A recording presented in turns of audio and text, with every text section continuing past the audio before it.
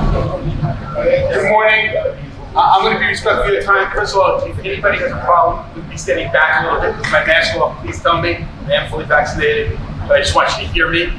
And so, again, please don't insult me if you say please put your mask on. I know we're recording these sessions now.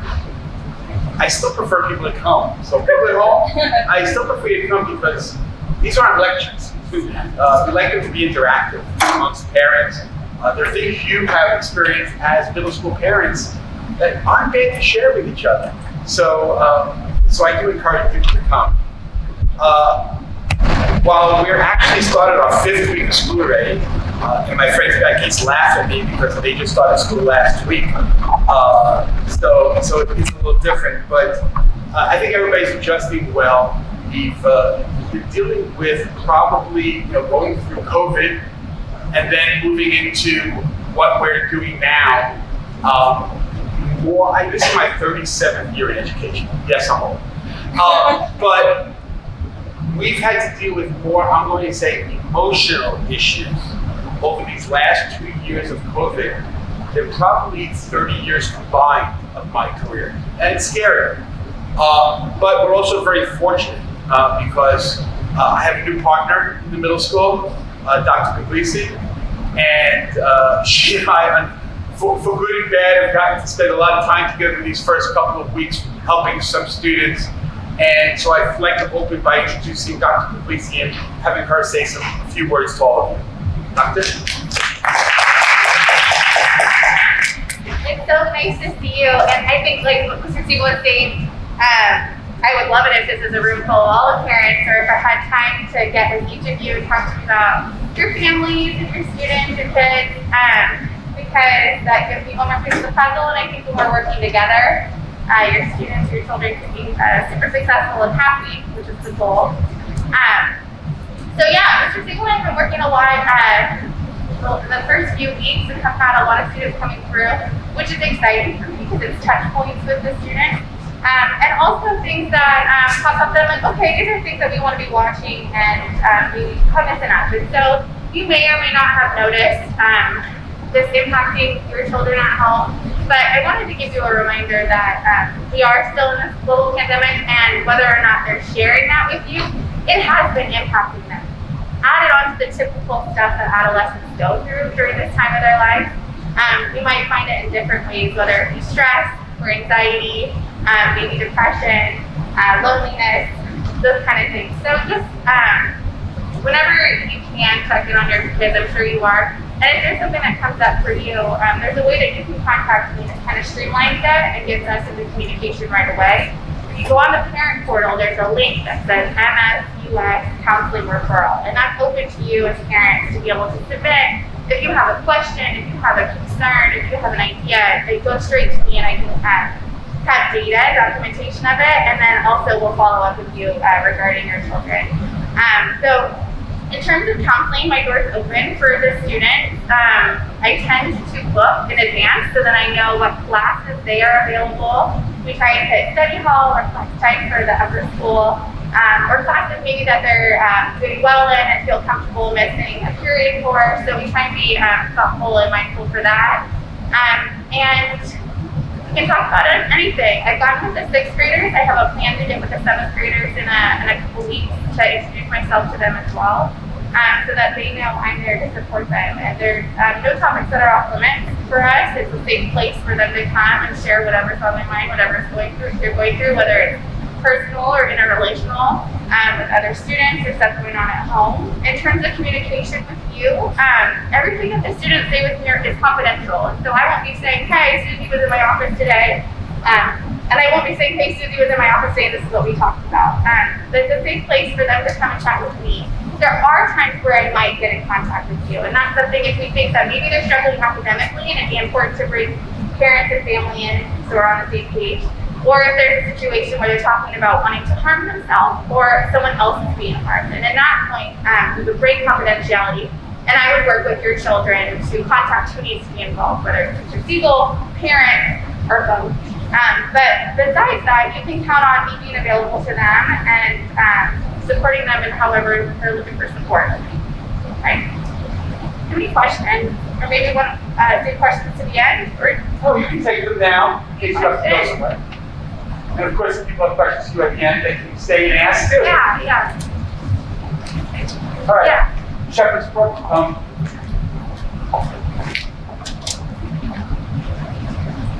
But as I said before, I'm sitting way back here because I think it's clearer if I take my mask off. But if anybody has a problem with that, you're not going to insult me. I'm standing at least 6 feet away from everybody, and I'm fully vaccinated.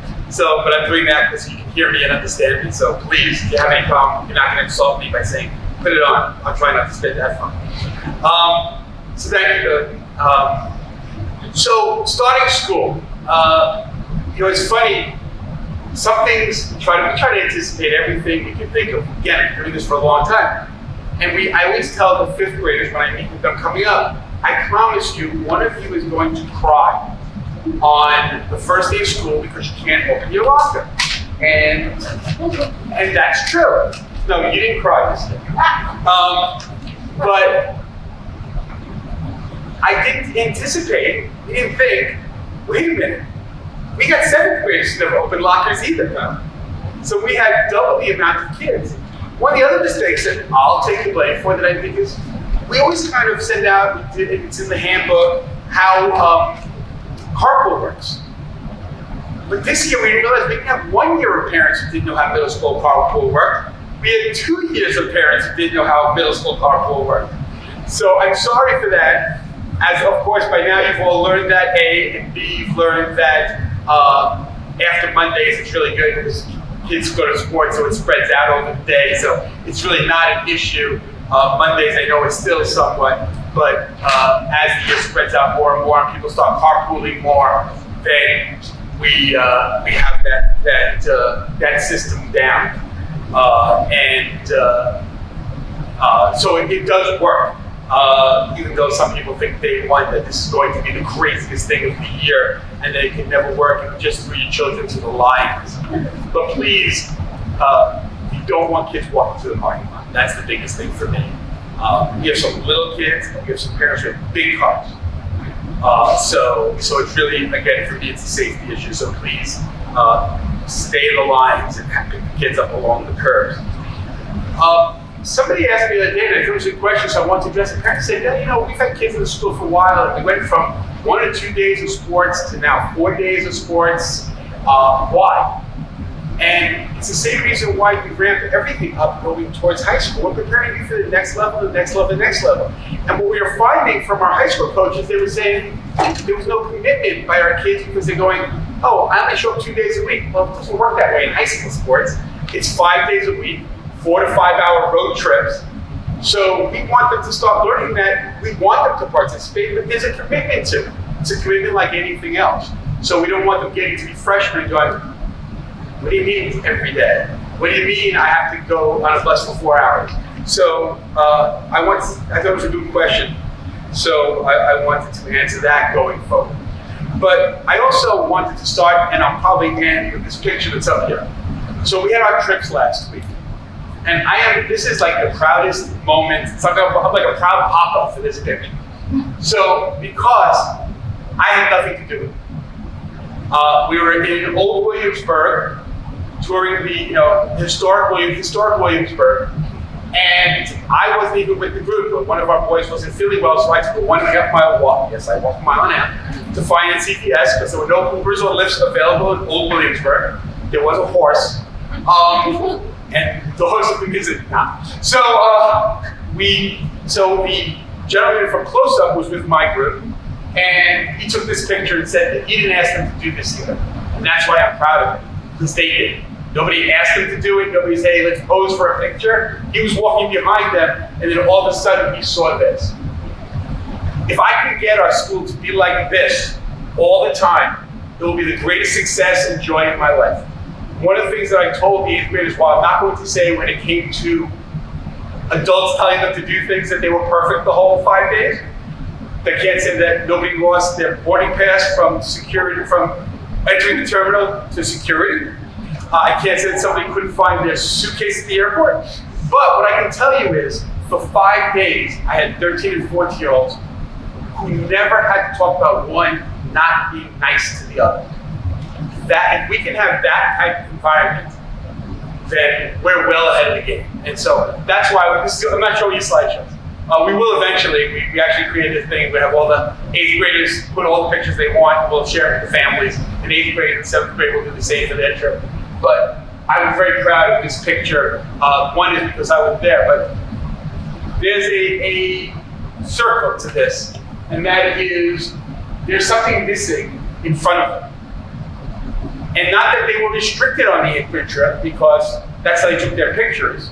That's how they were at times in smaller groups away from us, so we wanted to be connected to them through messaging, but they don't have their phones in front of them. At that point, until phones had to be away, they were touring. And so that's going to be a little bit, because I always like all of our coffees to have some kind of educational message for you as parents. And Mr. Gregerson, and if he's going to stay, I'll let him speak at the end. But he's told me for years to stop apologizing to parents, because he knows that I always get to this point and I go, I'm not telling you how to run your house, but. And he said, stop putting the but, tell them. Not because I'm smarter than any of you, just because I've been doing this for 37 years. So I wanted to those of you who don't know, I teach a film class to 7th and 8th graders at elective. And we watch a lot of films, and I explained to them how all these comedies, so many of the comedies in the 70s and 80s, was attached to one TV show, Saturday Night Live. If you go through and look at all these comedies, so many people came out of Saturday Night Live. So I figured, okay, here's my film class, I'm going to teach the parents on it. So those of you who can, some of you maybe too young, it's 1976. They still do them, the presidential debates, they mocked the presidents, they did it with Trump. Well, in 76, it was Gerald Ford versus Jimmy Carter. And they were asking him questions. They started to ask Gerald Ford, which is being played by Chevy Chase, this long economic question. And his answer was, it was my understanding there'd be no math. So I'm sorry to tell you, but we're going to do some math. So I was figuring that we have forget about after-school sports, forget about your after-school religious trainings, forget about your after-school music lessons, forget about after-school horseback riding, all those things. Kids are at school 8 to 3, about 8 hours. Okay? About 10 hours, excuse me. Let's say, no, 8 hours. Then, let's say, we have about 2 hours of schoolwork. That's 10 hours. That leaves us 14 hours of the day left. Let's say we'd like our kids to sleep about 8 hours. Okay? Who's got the math yet? That's 18 hours, right? So that leaves us 6 hours left. So Common Sense Media, every 5 years, does research and surveys to find out kids on the phones, on the internet. Now I'm going to scare you. So 8 to 12-year-olds average 4 hours and 44 minutes a day on phones, mostly, and media. This is not, by the way, this excludes the computer time they're spending in class. This is not added into that. These are all outside. So, okay, 4 hours and 40 minutes, we have 6 hours left. Well, they got a whole hour and 60 minutes left in the day. That's 12-year-olds. That's mostly up to our 6th grade.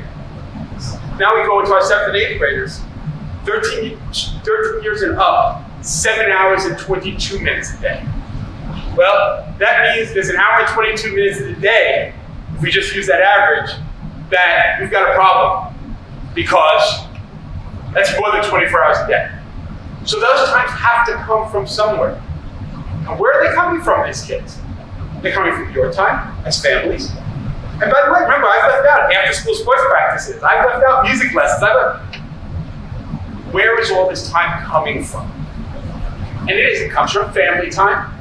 And I'll say that, and Ms. Gregerson, I think will agree with me, and those who've had kids come through, one of the best things we did was changing our schedule to start that PE practice at 2:30. Now the kids by 4 o'clock are done with school, because we would have kids here 5, 6 o'clock practicing middle school, then have to go in and getting all this stuff done. So we realized, I was hoping, that after 4 o'clock time would give you time more to have family.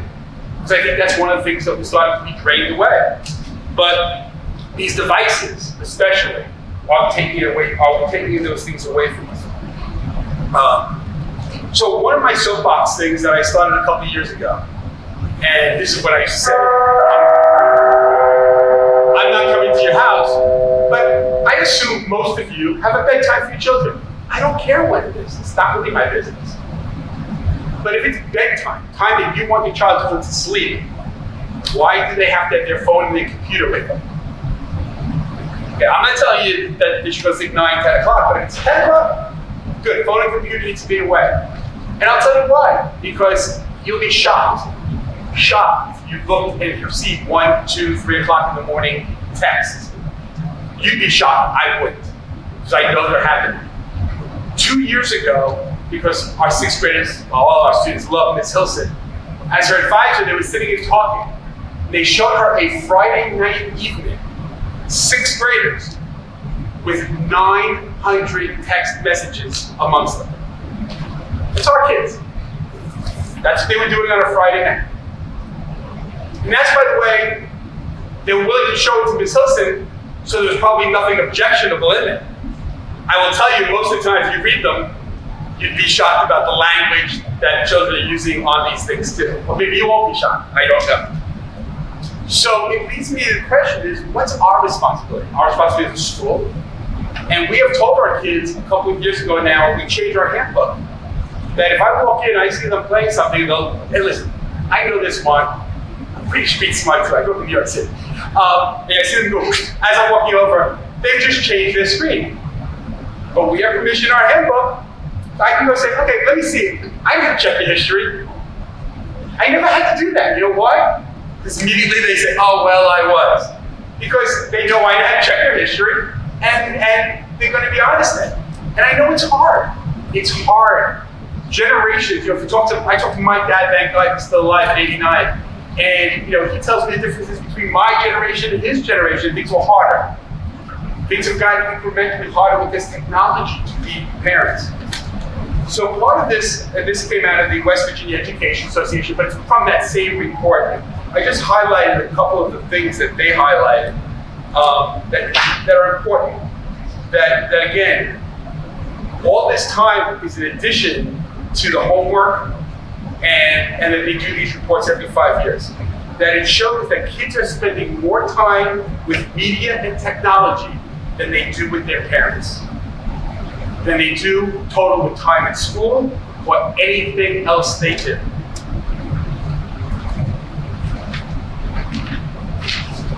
One worrying finding, our kids are trying to multitask when they are doing homework and schoolwork, and the evidence is strong that this just does not work. And there's about 3 different studies listed, one out of Harvard, that says it doesn't work. And by the way, they're doing this because it's what we're doing. And I have to tell you, guilty as charged. You know, my girls are now, one's in college, one's out of college, and I remember cooking dinner. Yes, I cook, my wife doesn't. And I was cooking, I had the TV on watching a ball game, and I was texting somebody, and my kid was asking me a question. And I thought I could do all 4 of those at the same time. And we're doing that as parents. We are and again, so I'm guilty as charged. It's something that we have to be, you know, kind of, we're telling them, you need to pay attention when I'm talking to you. You need to this, but are we doing the same thing? Are we modeling that behavior for our children?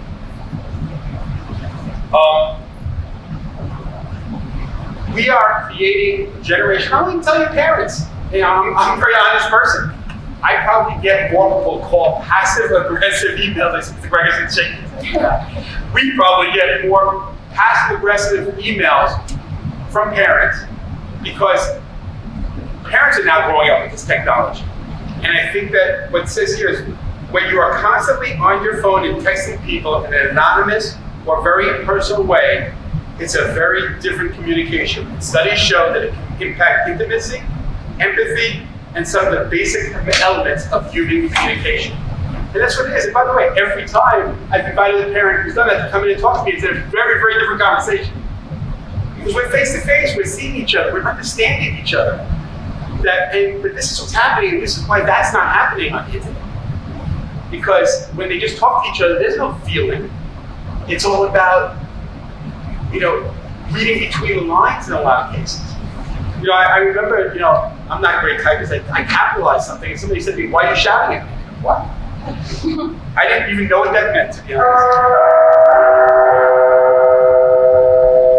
What's also scary is that most of the time, students are online is passive.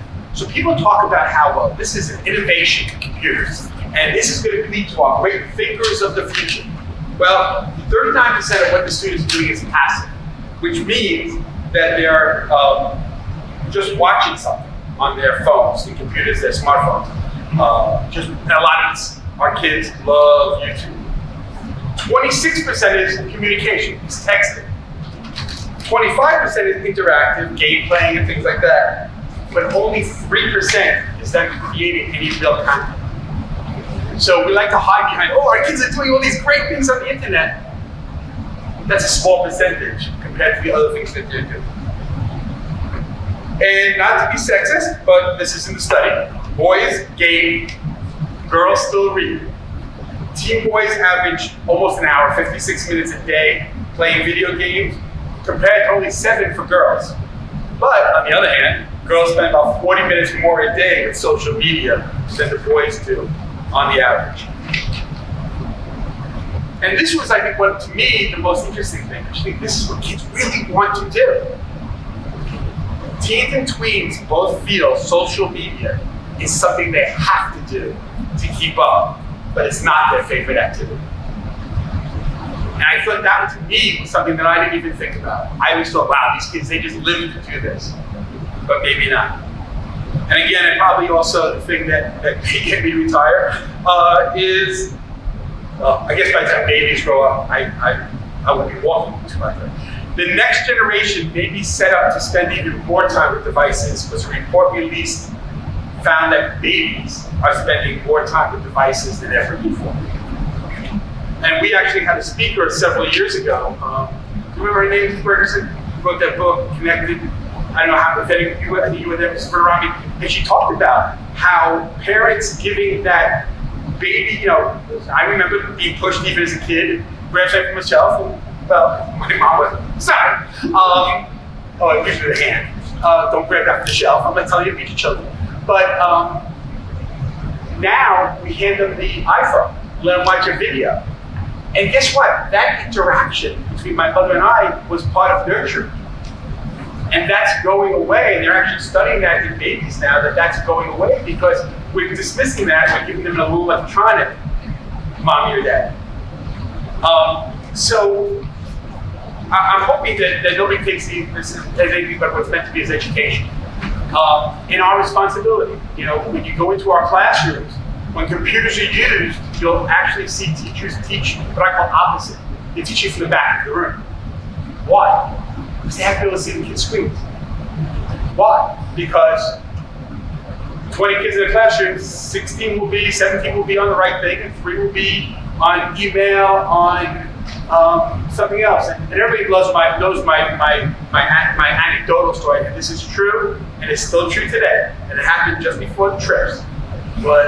Kid was at his locker, middle of the day, said, excuse me, take the phone, and I'm watching a text from mom come rolling in. Okay? And that's the truth. And as I tell all parents, we have never, before cell phones, we have these things in these rooms called telephones. They actually, you know, we're in old Williamsburg, we showed the kids, they actually still had those things, you know, back in 1900s when we were there. They were attached to a wall, they had a cord, they still have these things. We have them in school, they call it wall telephones and landlines. So we tell the parents, you call the speaker, we'll get them the message. Please don't call after 2:30 to get them the message, because they're beeping, they're all over the place, it's pretty hard. But otherwise, we get them the message. What is so important? Are you going to tell them a relative passed away on a text?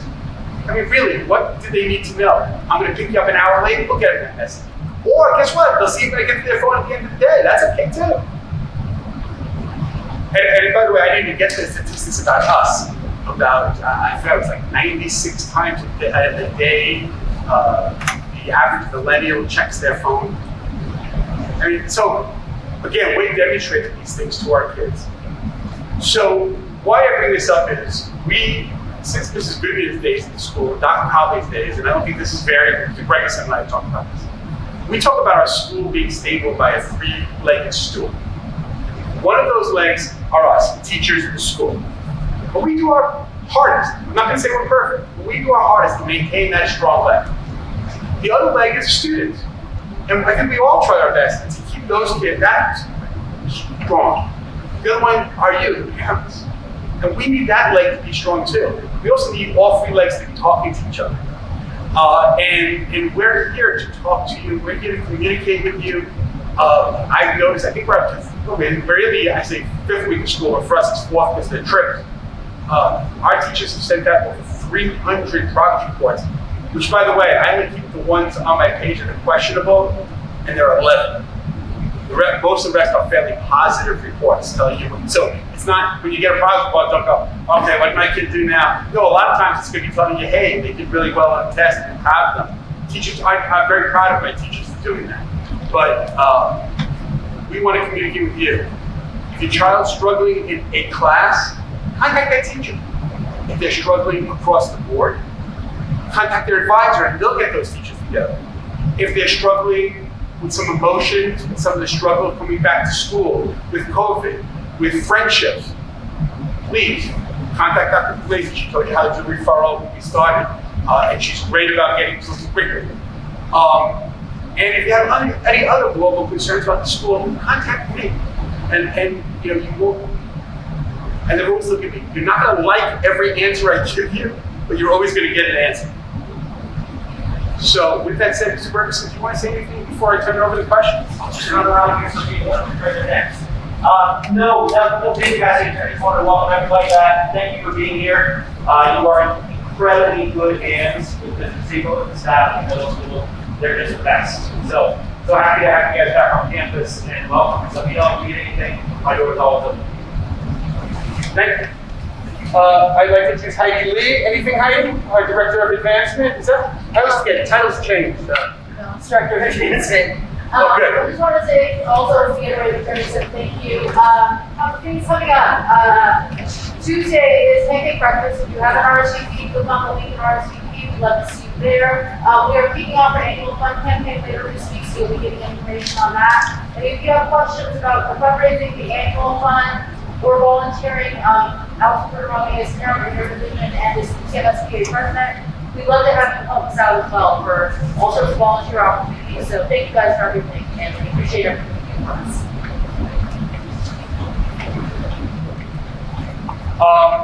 I also, for those who don't know, Ms. Smith is in the back of the room. A lot of times people call and will say, I want to talk to Mr. Siegel, and it's something as simple as, where's the game today? Don't get offended when they say, can I help you? Because guess what? They probably know quicker than I do where it is. And Ms. Munson does the same. Those of you confused, Ms. Munson is Ms. Baker. She got married this past summer, so she's now trying to transform. So she signs things now Baker-Munson. So we're trying to transform her from Baker to Munson. I still send everything to Ms. Baker, and she has 2 emails at school. She can say, you keep sending it to Baker. But and then I'm not going to introduce these 2 gentlemen, even though they're our finance people, because they're also here as 7th grade parents, I think. And then last, Alex Garcia behind the camera there. Alex is a new addition to the school, and your children and our faculty are getting our computer needs issues met faster than I have had in all of my years at Meadows School, thanks to Alex and Mr. Carver. So thank you, Alex. Questions, concerns? Let's go. I had a question that actually kind of relates. I know you can go all the time. Can you help me differentiate and talk about the conflicts between activities, clubs, sports, student government? So, you know, Ethan's one of these sports teammates had math club yesterday, so came late. Another student went to quiz bowl because he knows he likes trivia, and then the student government happened. So I'm not sure which of those are during the day, which are elective, which are so. You can't do everything. I get it, but where do the conflicts arise? I'd be glad to answer that. So, baseball caused a little bit of an issue because we play spring baseball at Meadows School. We do not have physical education nor practices scheduled for Monday. So Ms. Coatweiss and I scheduled math club counts to meet on Monday afternoons. Then just a week or so ago, 2 weeks ago, they decided to add baseball and said it would not conflict with anything. I informed them that we had already committed to math and that those kids can go to math first and then go to baseball, and they will not be penalized by the coach for baseball. because we created that conflict. I'm not going to punish kids if we create a conflict. So that's on that. Student government, when kids were ran for student government, they were informed that they would lose their club period periodically. But student council would meet during the club period, which meets during the school day, does not interfere with any after-school activities. So we actually, that was part of kids running for office, knew that. Quiz Bowl is a club. The activity, the competitions are not required to be in the club. If kids can come, because to some, I understand that we play a lot of our sports on Saturdays. Quiz Bowl, like a sport, competes on Saturdays. So I will work with those kids and the coaches. I've had kids come, do a morning match, go to basketball game. Okay, we will do our best. If they miss a match, they're gonna miss a match. If they occasionally miss a game, that's why we try not to have 4 kids in quiz ball, because we have 4 in the team. That's why we don't want 9 kids in baseball. Because we want, if one kid misses because of one of our activities, we do that. What we lose control of are things like our sports and quiz bowl, because we don't determine, it's a league. We don't determine the league schedule and time. We don't determine the times for quiz ball. So we try to work together. We want the kids to participate. Now, the next thing that's going to be thrown in there is going to be the musical and the play. The play is this semester, the musical. That's why they do it earlier. And they know, Mr. Orman already knows, Mr. Buchanan and Mr. Gruber know that the week before the play, it's supposed to be set aside for the play. They get 1 week after school that they override sports. So we do try to coordinate all those. Does that help you? Does that answer your question? Anybody else? You're making it this, okay, this for, I'm making this easier. I have to make it difficult for you. Okay, I had a child on the Cali trip and everything went well. We did not sneak our phone on the bus as hard as she tried. But not even my kid, I heard from my child, other children had a hard time sleeping. They weren't used to no television, no phones and everything. I know you love when they go to Cali, there's no phones, and I agree with you. Can the chaperones have a phone if the kid is really freaking out? Yes, they do. Okay. They do. And so maybe we need to have a school phone, because I don't, for me, I think half the school has my cell number. But we don't ask teachers to give out their personal numbers. So right. We did have a time when we had school phones, and if that's the case, there was a number of people who called and can't. But I think that brings up a separate thing that we talk about a lot. And I'm not sure I know a great way to talk about it, maybe Dr. Pugliese does. But we often talk about, and this is in so many different areas, and we've been using the term grit. And it's something that, well, our kids are starting to lack. It's this, a little bit of fortitude. It's this, when things get hard, it's much easier for them to quit it than it is to push through it. And I'm not talking about being late maybe for your first time, that's hard. I'm talking about a math problem. I'm talking, just sitting down and spending more than 5 minutes to try to figure out. We have so many kids who just say, I'm done. I would tell you I was concerned about some of the kids not being able to walk up the hill at Arlington National Cemetery, physically. It was Sunday was a warm day in DC, but I'm a still large human being and I made it up the hill without too much effort. So again, and what? Oh, I gotta stop now, I have to have water. Well, we told you to bring a water bottle, even that. Well, but I didn't bring one. It's everything. They expect somebody to go run and get them a water bottle and bring it to them. And so I'm not, so you're one thing, I don't want this to be left at the suggestion that parents have somebody they can contact on phone is a good suggestion. So I don't want to wrap this totally in that. I want to be clear about that.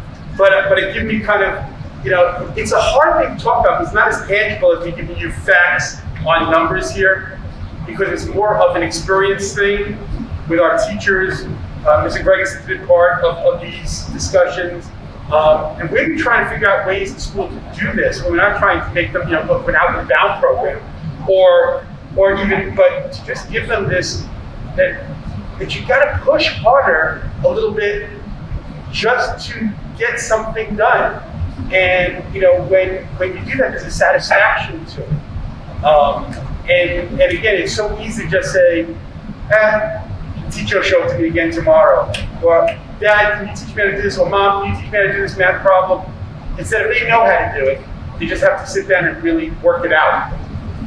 So there's the two things. I go to camp, back east a lot of summers, and there are days that we ran out of hot water. Guess what? It wasn't the worst thing in the world. And yet, guess what? There are bugs. There are things called mosquitoes. One of our 8th grade boys, by the Jefferson Memorial, the water, got a couple of mosquito bites. Okay, well, Mr. Pugliese down there putting salve on his leg. It's like, one of the kids said, I got mosquito bites. I had him in there, take care of him. He wasn't hurt, I would take care of him, but hey, put this on your leg. If it bothers you, you're gonna put it on your leg. If it doesn't, he's 14 years old. He needs to be able to do that.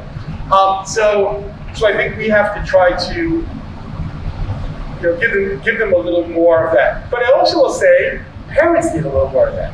Because I think we got so fast, so we're at a different time where, first of all, we have kids who will go to their locker, they'll get their phone, they'll go to the bathroom, and they'll call parents and say they're sick. Parents will come to school, they'll show up at Ms. Munson's desk, right? Ms. Smith, this happens probably weekly.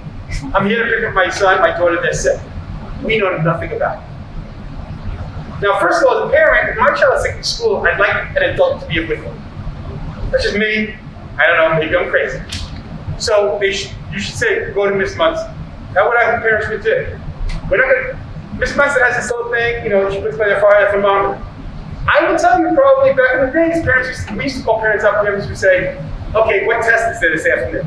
And we find out there's 1 or 2 tests, and that's why, that's not saying it's all the time, but that's why sometimes kids want to go home. But we have parents running into the building, and again, this is pre-COVID. I'm not even talking about COVID situations. I know we're all a little more sketchy with COVID right now. But and again, anytime we would have any doubts, I'm not going to make a medical decision unless I'm on a trip and I have to, for a child's emergency, make a medical decision for your child, so don't get it wrong. But you also understand that we sometimes make it too easy for them. And so if we communicate, if you trust Ms. Baker or Ms. Munson, say, hey, what do you think? I think she looks pretty peaky. Okay, well he looks like, because I will tell you so many times that we had to go back to class or back to lunch or whatever, and first thing they're doing is grabbing the ice cream. So, that happened on the trip. Actually, a parent emailed me, said if I need to come get my child because I know he's not feeling well. And I was taking pictures, actually sending to the father of the free ice creams he was eating an hour later. True. So, I think maybe do a session with parents on over-parenting. Just get together, do one where it's hard not to, but these are such valid points that these trips are not just to see a place. It's to say, okay, how am I going to meet my wants and needs? If I need a glass of water or a bottle of water, I should have kept it. Those are all learned. Correct. I mean, let's face it, a lot of our kids travel very nicely with their families. And, listen, we stayed in the Crystal City Marriott. We weren't, it was a pretty nice hotel. But, you still have 4 boys in 1 bathroom, or 4 girls in 1 bathroom. You still, so it's not, getting everything you want. You still have set menus in places. It's not ordering the steak you want off the menu. So I agree with you, is you learn things by all these. And by the way, a lot of what I try to teach these kids on a trip, so the last night we were at the Iwo Jima, that was Saturday night, that was 9/11. And when we go on these trips, and I still talk with alums about trips we've taken in the past, and it's not the going to X that they remember. It's the things that we didn't plan. So we didn't plan was we got to Iwo Jima, there were candles all over, and I initially thought, okay, they're doing something special for 9/11. That's not what it was. There were oak tag on the ground, about 12 sheets with military rank names on them, markers, and there were people standing around, Marines, not dressed Marines, but casual people. And one person was talking about, well, they would love this. And then we quickly learned those were 12 Marines that were killed in Kabul, just recently in Afghanistan. And a lot of our kids sat down and wrote notes and stuff to that. But to be honest, we had a group of boys who were messing around with it. I went to them and go, "You guys," and it was to teach them what this place is. Not that it was Iwo Jima in 1940 something, that it was these people standing there just lost a relative or a friend, and it's respecting where you are. And it was a good beginning to going in the morning to Arlington National Cemetery, which is still also an active military cemetery. So again, you can like military, it wasn't a political statement by the school, it was respect of somebody. I said to one of the kids, would you want to be in a cemetery, seeing one of your relatives and see people having a party, next door to you there? And, so we try to put it into their terms. Just get them to know that there's more people out there than just them sometimes at this age. Any other questions? Actually, two. The first one probably more for you. What is the policy on medication like on Tylenol or aspirin, that kind of stuff? Because I know my child, for one, when he was in lower school, Connie had a permission to dose him or give him the medications he needed when he needed it. My kid doesn't just go take his medication at home. I facilitate him doing that so I know when he's taking it. So what's the policy here? Because I was under the impression that you can't give it and it's just having in their locker to self-administer. We cannot administer just Tylenol randomly to children. We used to have a checklist of like 6 different medications. The parents at the beginning of the year used to check them off. That went away because of some legal, changes in laws and everything else. We can give prescription medication. It has to be in the bottle. Please correct me if I'm wrong, Mr. Ferguson. It has to be in the original bottle. I don't see why we couldn't also, with doctor-written instructions, have Tylenol that you would give to us and say they can get it as long as with the doctor's direction. Well, and typically we get a phone call to me of like, hey, can I get the Tylenol? Yes, as opposed to me driving down, because I was under the impression they can't keep medications in their locker. Yeah, they should not, because it's not the child whose medication it is. It's the child who finds the medication. Exactly. And it's the kid who says, I have a headache, and their friend says, here, take this, it gets rid of my headache. And you don't know that they're allergic to that medication. So no, the only medications that they should have in their lockers are rescue breathers. Anything that we expect them to keep their own. Of course, we also keep EpiPens in case of allergic attacks. Most, kids have an allergy reaction, but so we have those in case of emergency. Most of the kids who have severe allergies also have their own, and they are allowed to keep those EpiPens with them also.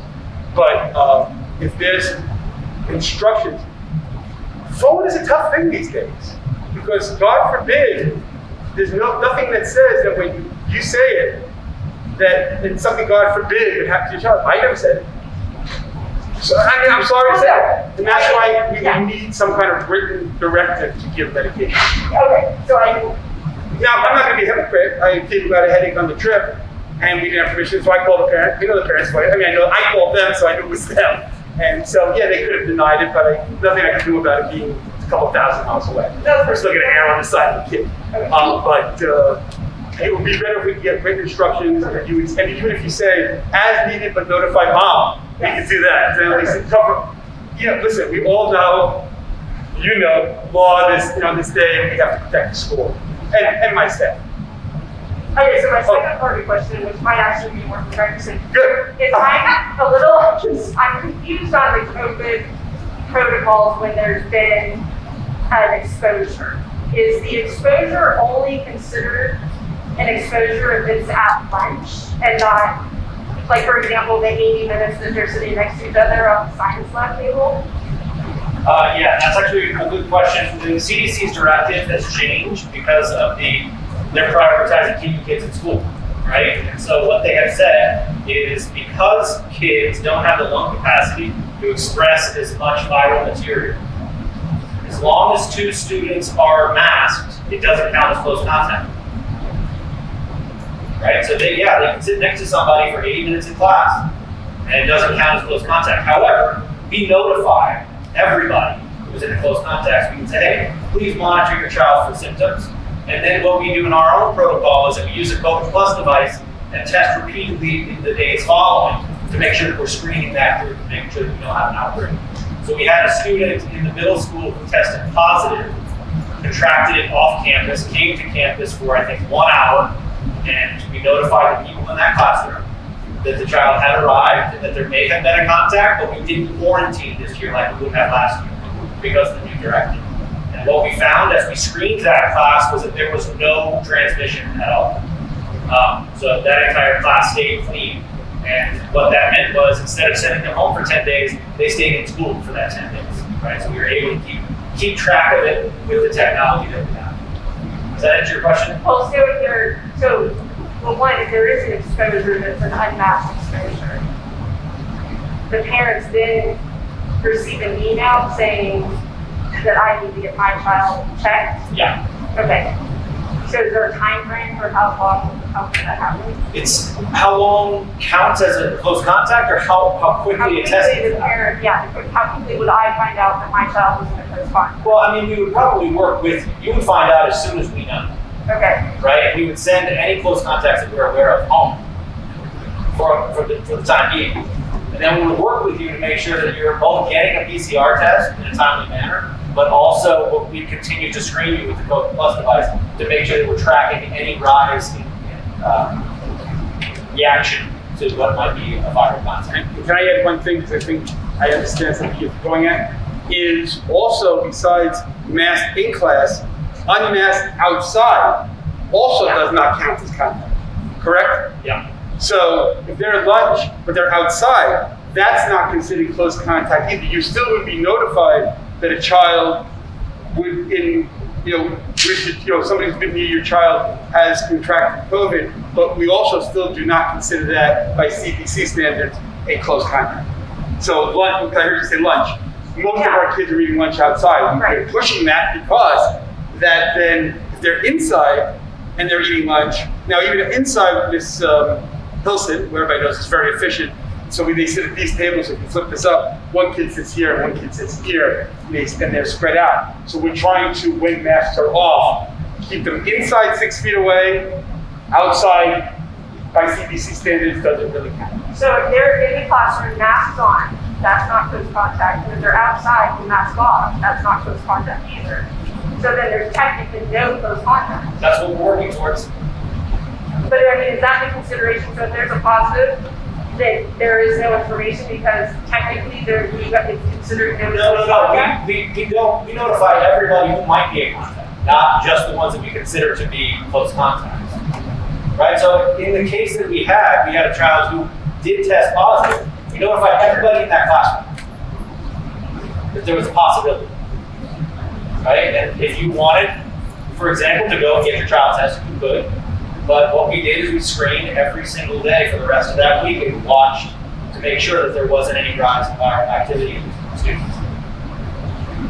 Now what are the other things? So both in, I understand what you're asking, but like for us, the three pillars that we've been looking at throughout this process is one, we want to make sure that we safeguard the health and safety of the kids, right? That's the first and foremost thing. But two, we want to prioritize in-person learning however possible. And what we can do with the device that we have on campus and with the CDC's directive is we can, promote kids coming to school. And thus far on campus, we've seen 5 student cases in what are we, week 4? If we keep that average going all year, I'll be happy next week. Beginning week 5. What's that? Beginning week 5. Yeah, beginning week 5. No, So, it's just not clear to me on what the classifications are. And I'm also not clear really on the device, because the device from the warning in the pamphlet of itself, it says it's to be used like similar to a thermometer. It's an indicator of hypercoagulation in your bloodstream. It's not indicative of whether you have any COVID markers or anything. So it's kind of like when they were walking past the infrared monitor. It's not like your PCR screen that we were doing before, which actually is pretty difficult nowadays to find a PCR test. So a lot of people are having to rely on these home tests. But I feel like it's just becoming a parent network versus the school network of like, hey, my child has COVID and they maybe have lunch with your child, you need to go handle it. And then If that's happening and we don't know about it, then that's a problem. Right? If parents are telling each other and not notifying the school that there's a positive case in the school, then there's nothing that we can well, and do. that's my question, is there's a notification to the school within the time frame to then get into me to be able to address it and do something about The it? day of. The day of. If your child is in a classroom with a child who we know to be COVID positive, you will know that's happening. I don't know how much clearer I can be. No, and I'm not here on. But let me, I think that one of the things that I one of the things is, there's a difference. Mr. Gregerson, I know, sent that. I was at town, I saw the email came to me. I can't remember the exact, you sent out an email notifying that class. I got it when I was in Washington, D.C. But just as contact tracing would work with any of you, I would go to Ms. Ford and say, okay, who did you have lunch with today? Who did you? Now, if this child doesn't tell us, oh, I had lunch with this student, we don't know. We don't have a way unless we start assigning 6 kids in each area, say sit here.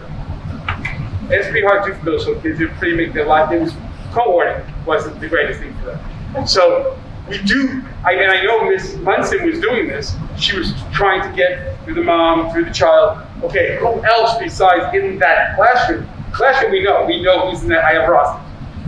So if they leave somebody out, you may not know, and that's not, I don't say it's not our fault, but we're doing, so I'm saying this, and then that could take an extra day for us to get that information from the family. And I know even last year when we were doing this, we would happen, and then 2 days later, the parent would, oh, my child just told me he went to do this with this child and forgot to tell us, correct? So then you can find out 3 days later, we're only as good as the information that we're getting from 11 to 14-year-olds. No, absolutely. It was just in reading the protocols, I didn't see what the process was. Yeah, so that's the process. I understand that. So I'm not going to say it's always going to be exactly this because it's the classroom. We will tell you within 24 hours because we know who has been in that class. We will talk to the child and the family, talk to the family as quick as possible and say who they have lunch with. But again, I had 8th graders who lost a suitcase in the airport. So 11-year-olds are going to say, not remember everybody they had contact with at lunch that day.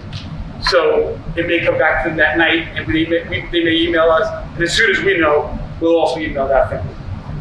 So it's really quickly, as far as the COVID Plus device is concerned, the developer is actually going to do a webinar with our parents in a couple weeks. So look forward to information regarding that. It does measure a whole lot more markers than just one, right? So the reason that it's got emergency use authorization is not fully FDA approved from our understanding is that the technology is brand new, right? So they gave this go ahead, but yes, it is known as a pre-diagnostic device, but it does a whole lot better job of catching COVID. In fact, we're batting 1,000. So every time it is said that the child has COVID, the child had COVID. It's much more likely to be a false positive with that device. So it's actually, a little bit annoying sometimes because you get an indicator that oh, it's possible that you could have been exposed to the virus. You should go get it tested. Come to find out that the child is not in fact exposed, does not have COVID, but we are on the side of caution. Yeah, and just so a week ago, Tuesday, day after Labor Day that we were here, we had every 7th and 8th grader tested prior to trip.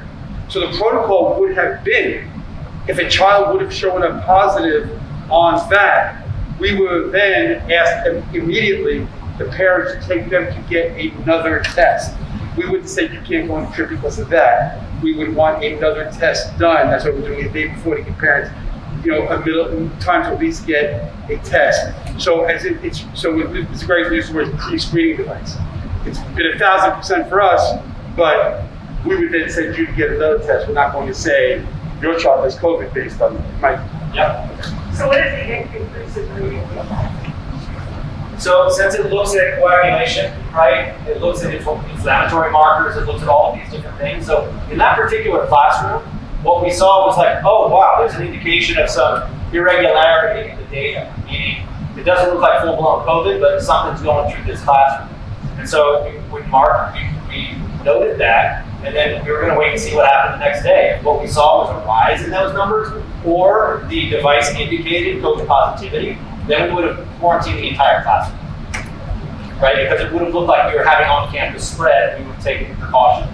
But what it in fact looked like was that we had 8 or 10 inconclusive, and then that dropped to 3 inconclusive the next day. So some kind of bug was going through the classroom, and the kids got it. They were a little bit inflamed.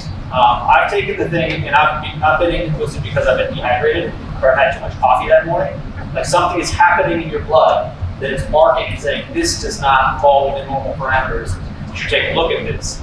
But there's a distance between positivity according to the device and absolutely no positivity, right? So it is a way for us to say, hey, this is something to watch, but not necessarily. If you're contagious with it, the device, from what we understand, will pick it up and let us know. So then if you have a positive in a family, is the sibling, like, what's the family requirement? Same as last year. So that child would need to stay home, and it would depend The on. sibling would stay Yes, home also. the sibling would need to stay home because they're considered a close contact, Okay. right? So what we'd ask, it all depends on what the family can do. If you've got a situation where you can separate, your house is set up in a way that you can have half the family separate and keep distance so you can track the positivity of the child who doesn't have it but was exposed, right? So there's all of these different protocols that we got used to following last year. But yes, if there's one sibling who has COVID, we know it. The other one is not going to come to school. Okay. They're going to need 10 days and a negative test, and no symptoms. And is that like an at-home test or a PCR test? We would hope for a PCR test, but we work with the family. Just with the understanding that, like, I think somebody in my household got a PCR over the summer, and it took, I think, 7 days. Yeah. So we would need to figure something out. You know, and look, it all depends on the circumstances. If the child comes home, didn't really have any contact with their brother or sister, but they're in the same household, so it may have been like, you know, somewhat contact with the child. Okay, well, maybe you should stay in your room and we'll get you tested.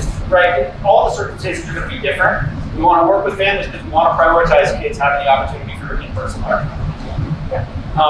And the other thing that is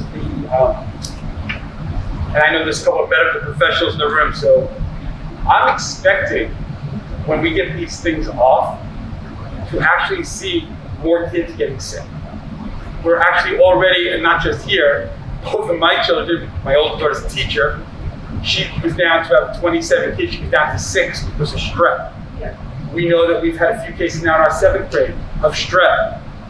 My younger daughter in college got strep, and any of the doctors who went up is, we've been protecting each other. Remember, we had a lower flu season last year because we weren't spreading germs. These things now, a lot of kids, younger kids who haven't been exposed are going to get exposed to these things they've never been exposed to. So I'm expecting post-COVID to actually see more, what we're talking about, when I say the normal sicknesses, the things that we've dealt with normally, but I think it's going to be greater. And again, I'm not a doctor. I would defer to any doctor and respect them, tell me I'm wrong. But I would see that, I'm actually seeing it already. And actually, my daughter in Arizona, they started the year unmasked except my daughter refused to teach without her mask. And that's why a class got decimated, was they were unmasked students, and none of them have COVID. They all got strep. So we're going to start seeing those things. Am I correct, doctor? It's logical. Yeah, that's just, Obviously, no studies or anything, but it's logical to think that immunity at some point develops, right? And you have to be exposed to do that. Yes, and that exposure will occur with masks on. so that's, we're seeing that in the States that schools were started without masks. So I expect to see that once we get rid of masks too. Anybody else have anything else? That was a good question. It was a good question. Well, I appreciate everybody. Please, again, you have Dr. Pugliese, you have myself, and of course Ms. Smith and Ms. Munson with any logistical things going on at school. Anything we can help with, please don't let things fester. That's what it bothers me. If you know about it, I'll do my best to address it. All right, well, have a great day, and let me know if there's anything I can do for anybody.